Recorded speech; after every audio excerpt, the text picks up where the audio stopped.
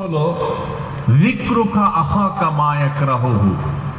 কোন ব্যক্তির পেছনে তার অগোচরে তার অনুপস্থিতিতে এমন কিছু বলা যেটা তিনি শুনলে মনে কষ্ট পাবেন, এটার নামে কি? গীবত। তাহলে গীবতের জন্য কাউকে বদনামি করা, সে অর্থে বদনামি করাও জরুরি না। শুধুমাত্র কারোর পেছনে এমন কিছু বললেন যেটা তিনি শুনলে মনে কষ্ট পাবেন। যেমন লোকটা খাটো, আপনি তার পিছনে বললেন ওই যে বাইকটা, এই যে বললেন না, এটাই গীবত হয়ে গেছে। কারণ এটা তার সামনে ভাবে বললে তিনি মনে কষ্ট পাইতেন। তো এই যে কারোর পেছনে তার মন্দ কিছু বলাটা গীবত। এটা যদি সত্য কথা হয় তারপরেও গীবত হবে, বরং সত্য হলেই গীবত হবে। আর যদি তার পেছনে কোনো মিথ্যা কথা বলেন তাহলে সেটা হবে মিথ্যা অপবাদ, গীবতের চাইতে আরো জঘন্য গুনাহ। এই গীবত কবিরা গুনাহ, এটা মহা অপরাধ, ভয়ঙ্কর অপরাধ। আপন মৃত ভাইয়ের গোশত খাওয়া যেরকম জঘন্য অপরাধ, নোংরা গুনাহের কথা, কারণ গীবত করা ঠিক সেরকম গুনাহের কথা। আল্লাহ তাআলা কোরআনে এর সাথে এটাকে গীবতকে তুলনা করেছে। এজন্য ভাই, গীবত থেকে আমাদের বেঁচে থাকতে হবে। যারা গীবত করে, শয়তান তাদেরকে দুইটা মাসআলা সাপ্লাই করে। তাদের নিজের কাজটা যাতে দোষের মনে না হয় সেজন্য শয়তান তাদেরকে দুইটা মাসআলা ডেলিভারি করে।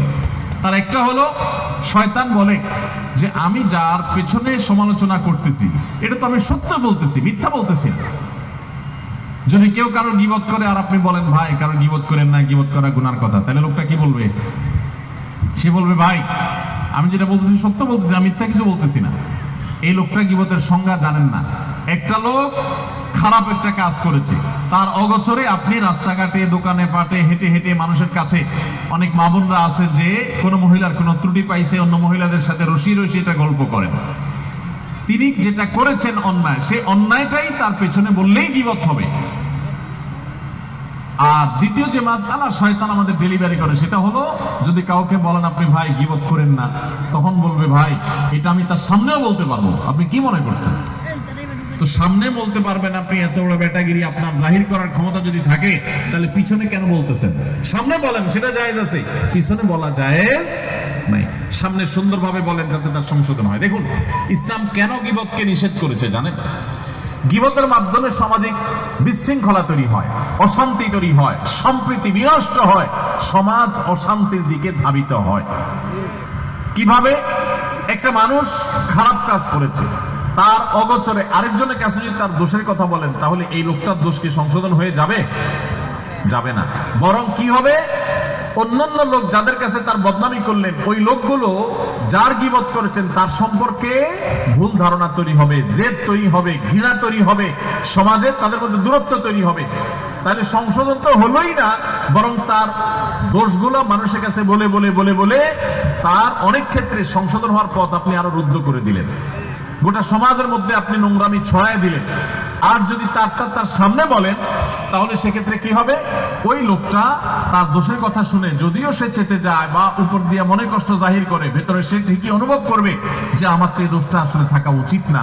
তাহলে তার সংশোধনের একটা সম্ভাবনা তৈরি হবে, সমাজ ভালো কিছু দেখবে। এই জন্য ইসলাম বলে মানুষের প্রশংসা করবেন পেছনে আর বদনাম করবেন সামনে। প্রশংসা হবে কোথায়? মানুষের প্রশংসা করতে হয় তার সামনে না পিছে? তার অগোচরে। আর তার দোষ থাকলে সে দোষের চর্চা করতে হয়, সমালোচনা করতে হয় সামনে না পিছে? সামনে। কেন?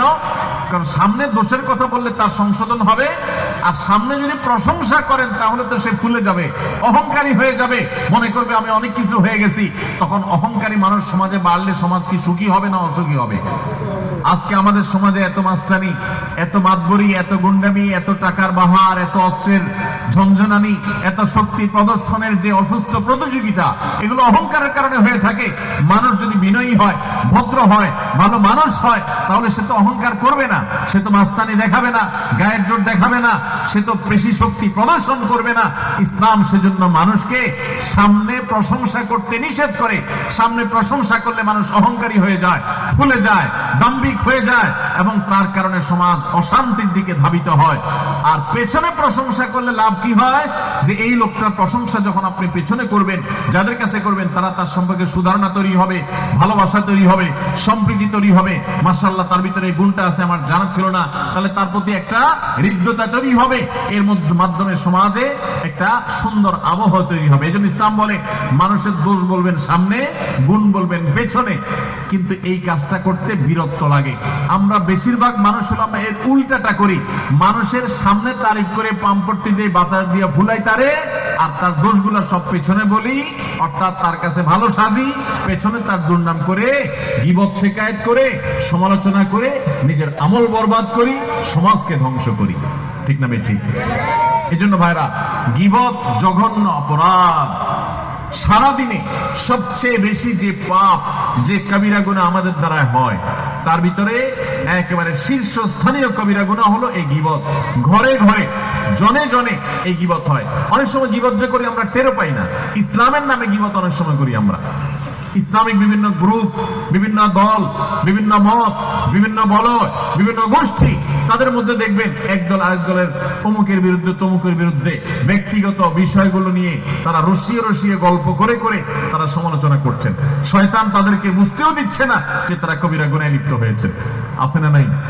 ভাইরা আমার, আমরা কোন মুসলমান ভাইয়ের দোষ চর্চা তার পেছনে করতে যাব না। গীবতের শাস্তি কি? শাস্তি হলো, আপনারা মেরাজের সে হাদিসটি অনেকেই শুনেছেন। প্রিয় নবী সাল্লাল্লাহু আলাইহি ওয়াসাল্লাম মেরাজে যখন গিয়েছেন, তখন সেখানে তিনি দেখেছেন কিছু জাহান্নামী মানুষের শাস্তির চিত্র। ভয়াবহভাবে তাদের কিছু শাস্তির চিত্রকে আল্লাহ রাব্বুল আলামিন নবী সাল্লাল্লাহু আলাইহি ওয়াসাল্লামকে দেখিয়েছেন। প্রশ্ন উঠতে পারে, জাহান্নামে তো এখনো কেউ যায় নাই, কিভাবে এত সকাল তিনি জাহান্নামের শাস্তির চিত্র দেখেছেন? উত্তর হলো, গায়েব এবং অদৃশ্যের জগতের পুরো পরিস্থিতিটা আসলে কেমন এটা আল্লাহ তাআলা ভালো জানেন। তবে সম্ভাব্য একটা রূপ এমন হতে পারে যে হয়তোবা সেটা ছিল ডামি, যে এরকম হবে তেমনটি আল্লাহ তাআলা তার নবীকে দেখিয়েছেন। তো তিনি এরকম শাস্তিগুলোর ভিতরে একটা দেখেছেন যে কিছু লোক, তাদের কিছু নখ আছে, এই নখগুলো সাধারণ নখের মতো না, এগুলো সবগুলো হলো পিতলের, অত্যন্ত শক্ত। এই নখগুলো অত্যন্ত ধারালো। এই নখগুলো দিয়ে তারা তাদের নিজেদের মুখ এবং নিজেদের বুককে তারা ছিঁড়ে শেষ করে ফেলছে, রক্তাক্ত করে ফেলছে। এটা যে তারা সাধে করছে তা না, অর্থাৎ এটা অটো হয়ে গেছে, স্বয়ংক্রিয়ভাবে হচ্ছে, তাদের নিজের ইচ্ছার বাইরেই হচ্ছে। নিজের শরীরকে নিজে, ছোট ছোট বাচ্চা যেরকম নিজে না বুঝে খামচি দিয়ে নিজের চেহারাকে লাল করে ফেলে, রক্তে রক্তিম করে ফেলে, ঠিক এমনি ভাবে জাহান্নামীদের মধ্যে কিছু জাহান্নামী, তারা তাদের নিজেদের ধারালো এবং তামার তৈরি লোক দিয়ে আল্লাহ তাআলা তাদেরকে শাস্তি দিবেন, যে অটোমেটিক তাদের নিজেদের মুখ, তাদের বুককে তারা ছিঁড়ে ফেলবে, রক্তাক্ত হবে, জ্বলতে থাকবে, ব্যথায় কাতরাতে থাকবে, আবার করতে থাকবে, এটা তাদের হাতে থাকবে না। এই শাস্তিগুলো যখন হচ্ছিল, নবী সাল্লাল্লাহু আলাইহি ওয়াসাল্লাম জিজ্ঞাসা করেছিলেন জিবরিলকে, ভাই জিবরিল, এই কঠিন শাস্তির মুখোমুখি যাদের করা হয়েছে, এই লোকগুলোর অপরাধ কি ছিল? তখন জিবরিল নবী সাল্লাল্লাহু আলাইহি ওয়াসাল্লামকে জানিয়েছেন, এদের অপরাধ ছিল তারা দুনিয়াতে মানুষের পেছনে গীবত করে বেড়াতো।